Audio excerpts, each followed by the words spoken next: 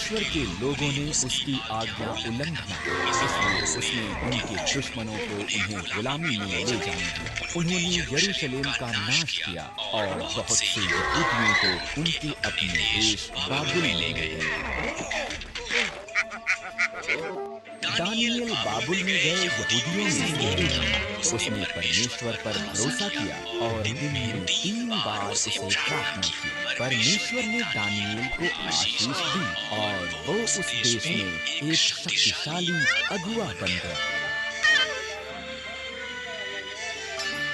कुछ अगुए दानियेल से ईर्ष्या करते थे, इसलिए उन्होंने एक नया कानून बनाया। लोग केवल राजा दारा से प्रार्थना कर सकते थे। जो कोई भी उल्लंघना करता है वो एक शेरों की मांद में डाला जाएगा। दारा सहमत हो गया। दानियेल ने अभी भी परमेश्वर से प्रार्थना की और लिया गया। दारा उदास था, वो दानियेल को पसंद करता था।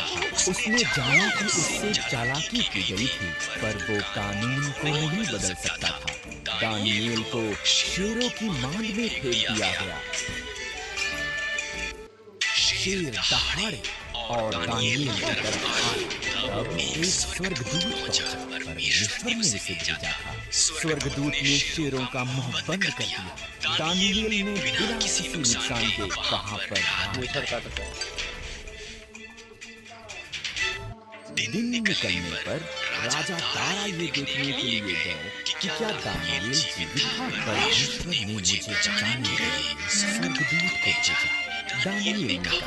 राजा रोमांचित हुआ। दानियेल को शेरों की मांद से बाहर निकाला गया।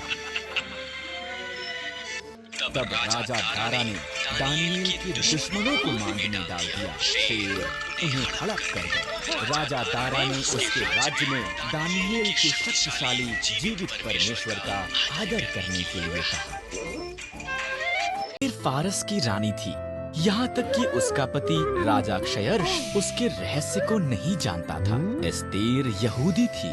एस्तेर का रिश्तेदार मोर्दकै महल में कार्य करता था और उसकी देखभाल भी करता था। राजा क्षयर्ष के सलाहकार हामान ने एक बड़े इनाम को प्राप्त किया। वो बहुत घमंडी था। मोर्दकै के सिवा हर कोई उसके आगे सिर झुकाते थे। हामान अपमानित हुआ। उसने मोर्दकै और सभी यहूदियों को मारने की प्रतिज्ञा की। हामान ने क्षयर्ष को बताया कि यहूदी खतरनाक थे और उन्हें मारना चाहिए। क्षयर्ष सहमत हो गया और उन्हें मारने की एक योजना बनाई। मोर्दकै डर गया था और रानी एस्तेर को ये संदेश भेजा। राजा के मन को बदल। मोर्दकै ने कहा, अगर मैं उसके निमंत्रण के बिना जाऊं तो वो मुझे भी मार देगा। एस्तेर ने जवाब दिया, शायद तो इसी पल के लिए रानी बनाई गई थी।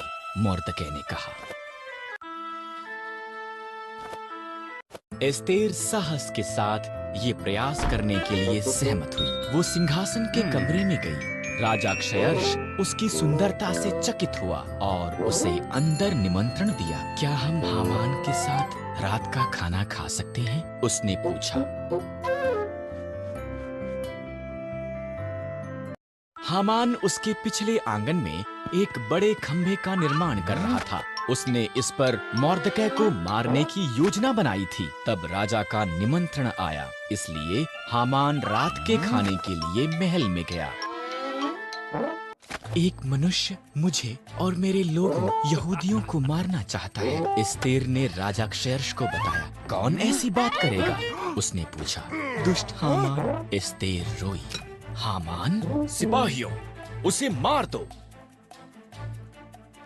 इस तरह हामान उसी खंभे पर टांग दिया गया जो उसने मोर्दकै के लिए निर्माण किया था। एस्तेर के कारण यहूदी बचाए गए थे। उन्होंने एक बड़ा त्योहार मनाया जिसका वो आज तक भी जश्न मनाते हैं।